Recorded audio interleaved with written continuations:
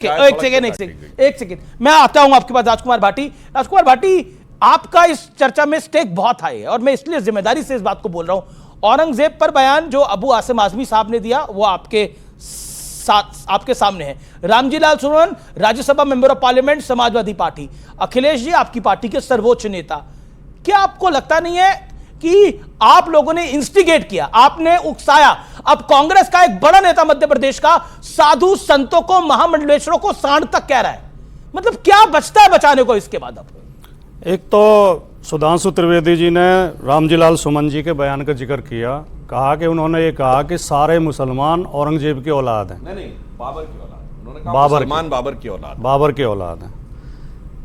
बिल्कुल उलट कह रहे हैं। भारतीय जनता पार्टी के लोग ऐसा कह के प्रदर्शित करने की कोशिश करते हैं कि सारे मुसलमान मुगल हैं, और हम हमेशा खंडन करते रहे हैं। आपकी डिबेट में भी कई बार किया था कि सारे मुसलमान मुगल नहीं हैं।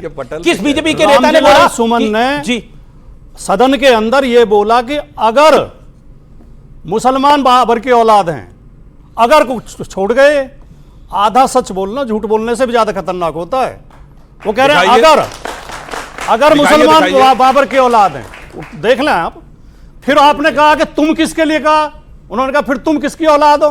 तुम कहा बीजेपी वालों के लिए, क्योंकि ये बीजेपी वाले ही तो कहते हैं हम महापुरुष। लेकिन आपने उसमें जोड़ दिया हिंदू समाज के लिए कहा। हिंदू शब्द उन्होंने प्रयोग ही नहीं किया। पूरे उनकी स्पीच में कहीं हिंदू शब्द नहीं है।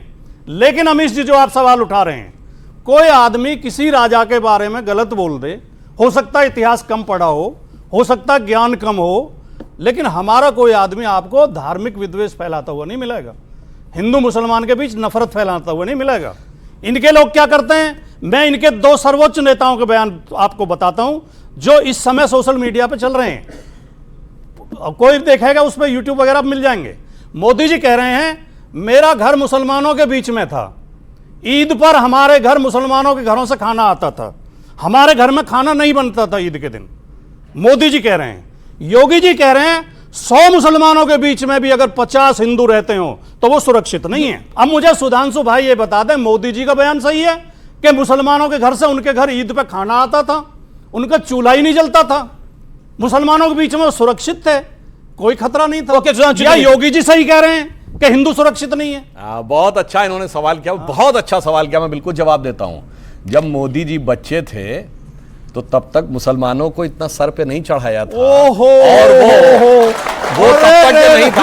हमने जब मोदी जी मगरमच्छ पकड़ते थे तब मुसलमान डरे हुए थे। सेंटेंस बोला और ये पकड़ना आपको क्यों देखने लगता है? मुझे समझ में नहीं आता है। आप दोनों वरिष्ठ हैं, मैं तो नहीं। और आज के समय, क्योंकि तब ये देश सेकुलर नहीं था। ये 1976 के बाद से जब से देश सेकुलर हो गया है, उसके बाद से योगी जी की बात सही है।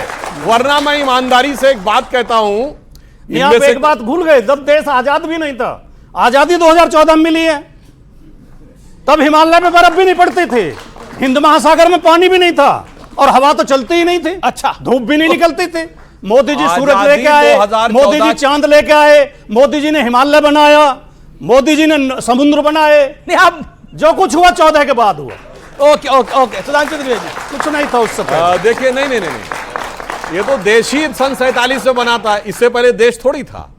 ये तो वो है ना भैया, इस देश 14 में आजाद हुआ। नहीं, सुधांशु जी, आपकी एक बड़ी फेमस प्रेस कॉन्फ्रेंस है जिसमें आपने बोला 2014 से पहले भारत था वो आमतौर पर मुस्लिम राष्ट्र। 2014 से पहले भारत आजाद हुआ, ये नहीं सच है कि 2014 में। आजादी की अनुभूति 2014 में। और मैं बताना चाहता हूं, 2014 से पहले जो मैं बोल चुका हूं वो फिर रिपीट कर रहा हूं, यह देश आंशिक रूप से मुस्लिम राष्ट्र था और अब इसे वास्तविक सेकुलर राष्ट्र कहा जा रहा है। अगर मेरे बयान पर किसी को आपत्ति है तो दुनिया में एक सेकुलर देश बता दे जहां ट्रिपल तलाक, हलाला, मेहरम, हज सब्सिडी, वक्फ बोर्ड और अगर शरिया और सुप्रीम कोर्ट में मतभेद हो जाए, यानी शाबानो केस, तो देश की संसद सुप्रीम कोर्ट के निर्णय को रौंद कर शरिया को सुप्रीम कोर्ट से ऊपर कर दे। 1947 से पहले से लेकर 2014 तक जानते क्या था? हिंदू भाग रहा था। पहले काबुल से भागा था। सुभाष चंद्र बोस जी गए थे, याद करिए, तो वे बहुत बड़े ड्राई फ्रूट के मर्चेंट थे। मेहरोत्रा जी उनके यहां रुके थे। 1/3 हिंदू और सिख था। आज कोई मेहरोत्रा जी बचे काबुल में? काबुल से भागा, फिर पेशावर से भागा, ढाका से भागा, रावलपिंडी से भागा, चिटगांव से भागा, लाहौर से भागा, मेरे पिया गए रंगून वहां से किया है टेलीफोन, वहां से भागा, फिर आजाद हिंदुस्तान में कश्मीर से भागा, मल्लापुरम से भागा, धुबरी से भागा, बरपेटा से भागा, और तो और जो जिस शहर में रहता हो जाके देख ले, उन शहर के पुराने इलाकों से भागा, क्योंकि आज किसी की हिम्मत नहीं है वो जहां रहे। मगर 2014 के बाद जागता हुआ दिख गया, भागता हुआ बुरा लगता था, ये कहानी है, जागता हुआ इनको अच्छा नहीं लग रहा। ये आपको इसलिए हिंदू मुसलमान दिखाई दे रहा है। सुधांशु त्रिवेदी का कहना है हिंदू जाग रहा है और इसीलिए विपक्ष भाग रहा है। सुधांशु जी ने कहा कि 2014 में आजादी का एहसास हुआ। क्यों हुआ उसका कारण खोजिए। जब देश की आजादी की लड़ाई चल रही थी, इनकी पार्टी का नाम है भारतीय जनता पार्टी। भारतीय जनता पार्टी की मां है जनसंघ, जनसंघ की मां है हिंदू महासभा और आरएसएस। हिंदू महासभा और आरएसएस से इनकी पार्टी का जन्म हुआ है। जब देश की आजादी की लड़ाई चल रही थी तो हिंदू महासभा और आरएसएस अंग्रेजों के साथ थी, आजादी की लड़ाई में शामिल नहीं थी। इसलिए जब देश आजाद हुआ तो देश की जनता ने इन्हें नकार दिया। इनकी कहीं एक सीट आती थी, कभी दो आती थी। कृपया बोलने दें, कृपया बोलने दें। और 1990 में जाके नकार रखा था आपको। आपकी पार्टी को कोई गंभीरता से नहीं ले सकता था, क्योंकि ये अंग्रेजों की मुखबिरी करते थे, स्वतंत्रता सेनानियों के खिलाफ कोर्ट में गवाही दिलवा के उन्हें सजा करवाते थे। जब भारत का संविधान लागू हुआ इन्होंने उसका विरोध किया। जब तिरंगा झंडा फहराया गया इन्होंने उसका विरोध किया। आरएसएस के मुख्यालय पर 2002 तक तिरंगा झंडा नहीं फहराया गया। 2001 में 2 नौजवानों ने जाकर तिरंगा लगा दिया तो आरएसएस ने उनके खिलाफ मुकदमा लिखवाया, जेल भिजवाया उन्हें। भाटी जी, अब क्योंकि लास्ट बोल रहा हूं, जी कृपया, जब 1990 में इन्होंने हिंदू मुसलमान करके, मस्जिद पे प्रहार करके, मंदिर मस्जिद करके और सरकार बना ली, 14 तक में इनकी फुल मेजोरिटी की सरकार आई है, तो इन्हें तब लगा कि अब देश आजाद हुआ है। जब देश सेकुलरिज्म के रास्ते पर चल रहा था, सोशलिज्म के रास्ते पर चल रहा था, संविधान के रास्ते पर चल रहा था, तब इनके मन में पीड़ा थी। आखिरी बात एक लाइन, इन्होंने पता नहीं, हमारी पार्टी तो बनी 1952 में है, और ये जोड़ दिए जाके उससे पहले हिंदू महासभा आरएसएस थी। आपने कहा आरएसएस की मां है, ये कांग्रेस की मां कौन है? 1885 में कांग्रेस ब्रिटिश सरकार के सेक्रेटरी एलन ऑक्टेवियम ह्यूम के द्वारा बनाई गई।